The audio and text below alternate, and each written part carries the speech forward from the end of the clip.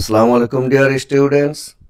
Week students English চ্যানেলের পক্ষ থেকে আমি তোমাদের সকলকে শুভেচ্ছা এবং অভিনন্দন জানাচ্ছি আমার চ্যানেলে যুক্ত হওয়ার জন্য।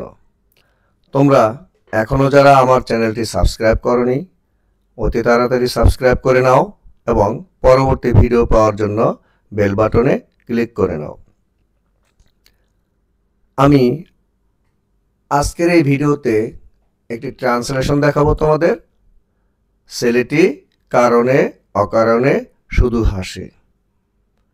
দেখো, ছেলেটি কারণে অকারণে শুধু হাসে দেখে কিন্তু মনে হচ্ছে একটি কঠিন ট্রান্সলেশন, কিন্তু তুমি যদি ওয়ার্ডগুলোকে আলাদা করে তার ইংরেজি বের করো তাহলে দেখবে অত্যন্ত সহজ একটি ট্রান্সলেশন। ছেলেটির ইংরেজি সবাই পারো তোমরা। ছেলেটি, দি বয়।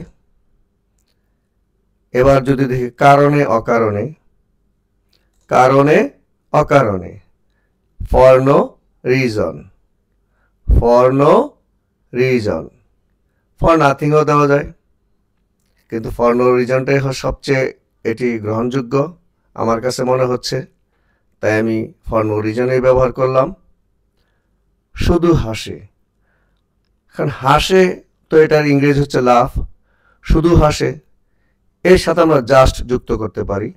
দেখো, শুধু হাসে, জাস্ট লাফ, কিন্তু এখন এস যুক্ত হবে এই কারণ এখানে সাবজেক্টটি কিন্তু থার্ড পারসন সিঙ্গুলার নাম্বার। দেখো, the boy third person singular number, এই জন্য এখানে এস যুক্ত হবে। আমি এখানে এস রেখেছি।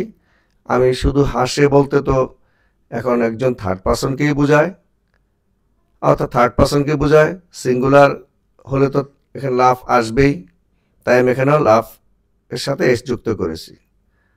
এখন ওয়ার্ডগুলো যদি আমরা আরেকবার আলোচনা করে, দেখো, ছেলেটি, দি বয়, কারণে অকারণে, ফর নো রিজন, শুধু হাসে, জাস্ট লাফ, জাস্ট লাফ। এখন এখানে সাবজেক্টটি কি? সাবজেক্ট হচ্ছে ছেলেটি। এরপরে কি নিতে হবে? এরপরে নিতে হবে ভার্ব। সাবজেক্টের পরে ভার্ব নিতে হবে। তাহলে দেখো সেন্টেন্সটি কীরকম হয়? দি বয় জাস্ট লাভস, দি বয় জাস্ট লাভস। এবার কারণে অকারণে, ফর নো রিজন। এখন জাস্ট এটি কি? এটি লাফের আগে যুক্ত হলো। এটি কোন জাতীয় ওয়ার্ড? জাস্ট হচ্ছে একটি অ্যাডভার্ব। এই অ্যাডভার্ব কিন্তু ভার্বের আগে বসে, তোমরা এটি জানো।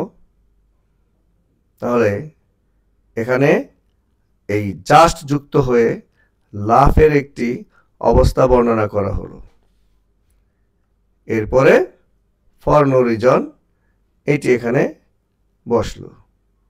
তাহলে সেন্টেন্সটি দাঁড়ালো, the boy just loves for no reason. তাহলে দেখলে শিক্ষার্থী বন্ধুরা, কত সহজে এই ভোকাবুলারি জানা থাকলে এই বাংলা সেন্টেন্সকে ইংরেজিতে ট্রান্সলেট করা যায়। আমি তাহলে এই ভিডিওটি এখানে শেষ করছি। ইনশাআল্লাহ পরবর্তী ভিডিওতে আবার দেখা হবে।